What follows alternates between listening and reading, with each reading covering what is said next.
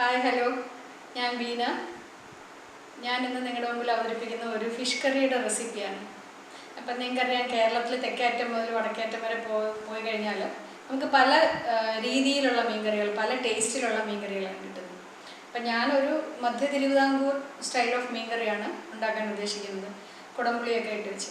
അപ്പം നമ്മൾ അങ്ങനെ ഒരു മീൻകറി ചെയ്യുന്നത് എങ്ങനെയാണെന്നും അതിൽ എന്തൊക്കെ ചേരുവകൾ വേണം എന്നുള്ളത് നമുക്കൊന്ന് നോക്കാം. 1/2 കിലോ നെമ്മീനാണ് എടുത്തിരിക്കുന്നത്.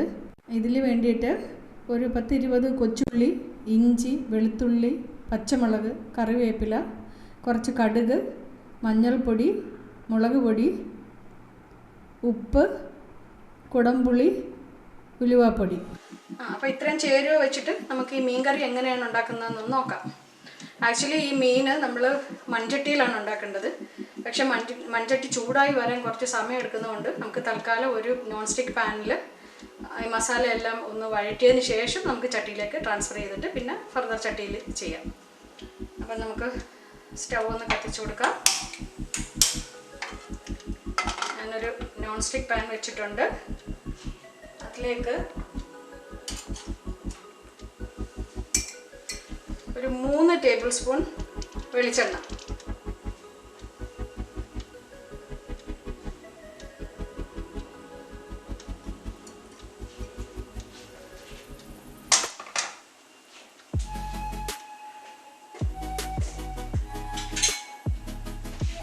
എണ്ണ ഒന്ന് ചൂടായി വരുമ്പോഴത്തേക്കും അതിലേക്കൊരു 1/2 ടീസ്പൂൺ കടുക് ഇട്ട് കൊടുക്കാം.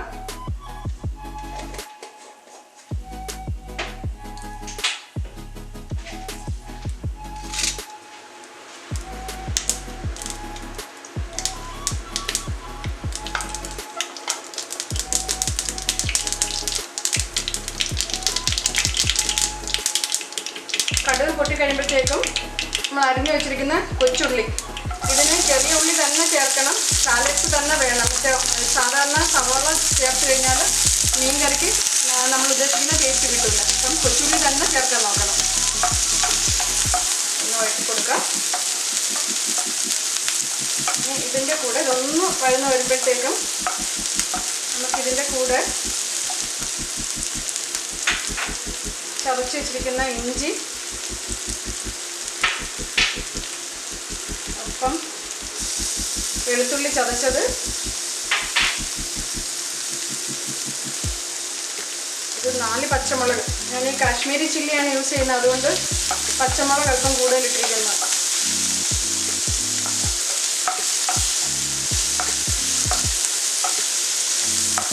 ഇതെല്ലാം കൂടെ ഒന്ന് നല്ലപോലെ വഴന്ന് വരുന്നവരെ ഇളക്കി കൊടുക്കാം.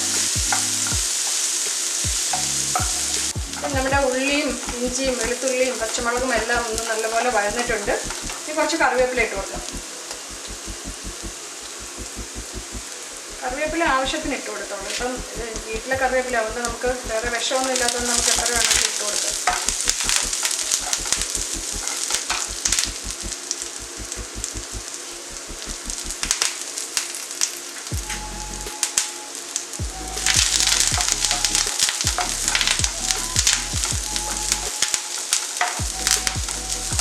ഇതിലേക്ക് ഞാനൊരു 3 ടേബിൾ സ്പൂൺ, ഞാനൊരു 1/2 കിലോ നെമ്മീനാണ് എടുത്തിരിക്കുന്നത്.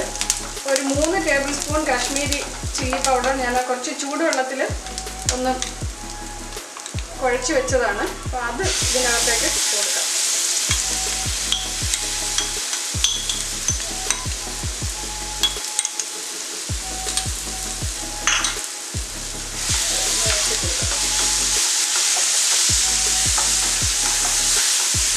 മീഡിയം തീയിൽ വെച്ചാൽ മതി, തീ കൂടരുത്.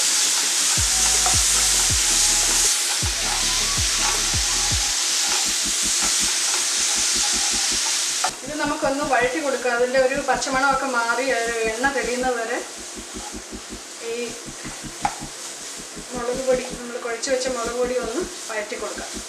അപ്പം നമ്മുടെ മുളകെല്ലാം നല്ലപോലെ വഴണ്ട് വന്നിട്ടുണ്ട്.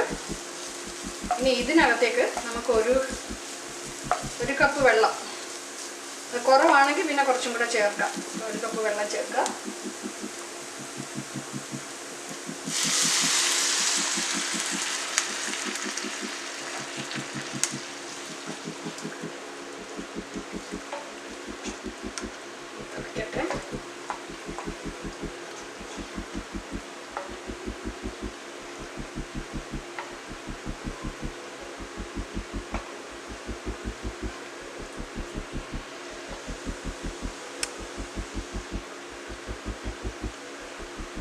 തോന്നുന്നു ഒരു 1/4 കപ്പ് കൂടെ വേണമെങ്കിൽ വെള്ളം ചേർക്കാം.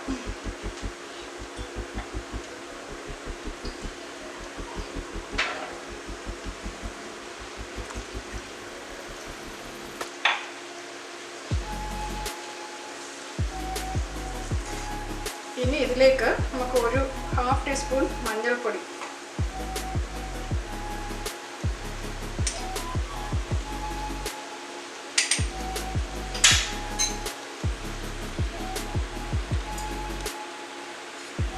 അതുപോലെ ഉപ്പിട്ടിട്ടില്ല,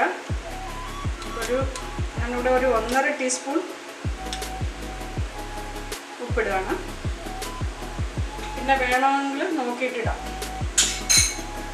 അതുപോലെ നമ്മുടെ കഴുകി വെച്ചിരിക്കുന്ന കുടംപുളി,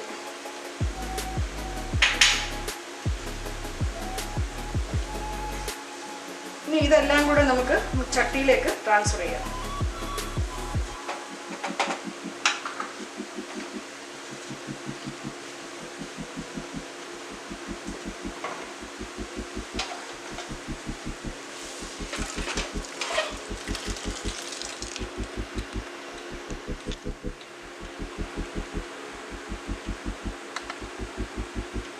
കറി ഒന്ന് തിളച്ച് വന്നിട്ടുണ്ട്. അപ്പോൾ ഇനി നമുക്കിതിലേക്ക് മീൻ കഷ്ണങ്ങൾ ഇട്ട് കൊടുക്കാം.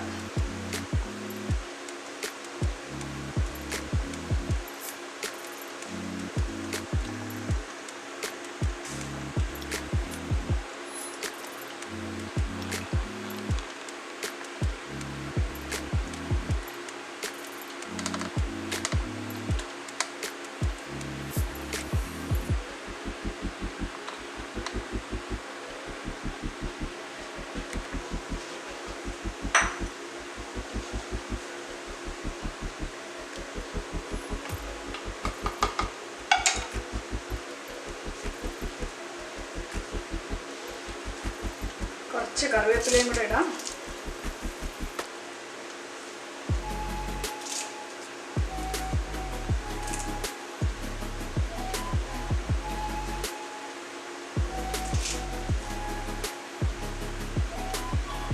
എന്നിട്ട് നമുക്ക് അടച്ചു വെച്ചൊന്ന് വേവിക്കാം. ഒരു 8-10 മിനിറ്റ് ചെറിയ തീയിൽ ഒന്ന് വേവിച്ചാൽ മതി.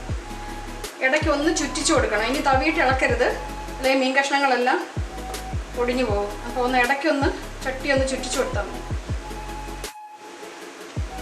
നമ്മുടെ മീൻകറി എന്തായാലും നമുക്ക് നോക്കാം. നന്നായിട്ട് വെന്തിട്ടുണ്ടെന്ന് തോന്നുന്നു. ഇനി ഇതിലേക്ക് ഒരു ഐറ്റവും കൂടെ ചേർക്കാനുണ്ട്. ഒരു 1/2 ടീസ്പൂൺ ഉലുവാപ്പൊടി. അത് അത്യാവശ്യമാണ്, അതാണ് ഇതിൻ്റെ ടേസ്റ്റ് മേക്കർ മെയിനായിട്ട്. അപ്പോൾ ഉലുവാപ്പൊടിയും കൂടെ ചേർത്തിട്ട്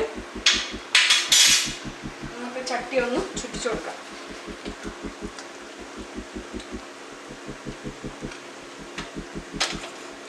ഇനി ഒരു 2 മിനിറ്റ്സും കൂടി ഇരിക്കട്ടെ. അങ്ങനെ ഒക്കെ ഉണ്ടോയെന്നൊന്ന് നോക്കട്ടെ.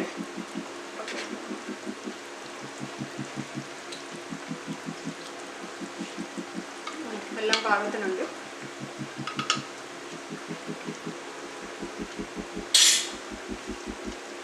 ലാസ്റ്റ് കുറച്ച് കറിവേപ്പിലയും കൂടെ ഇടണം.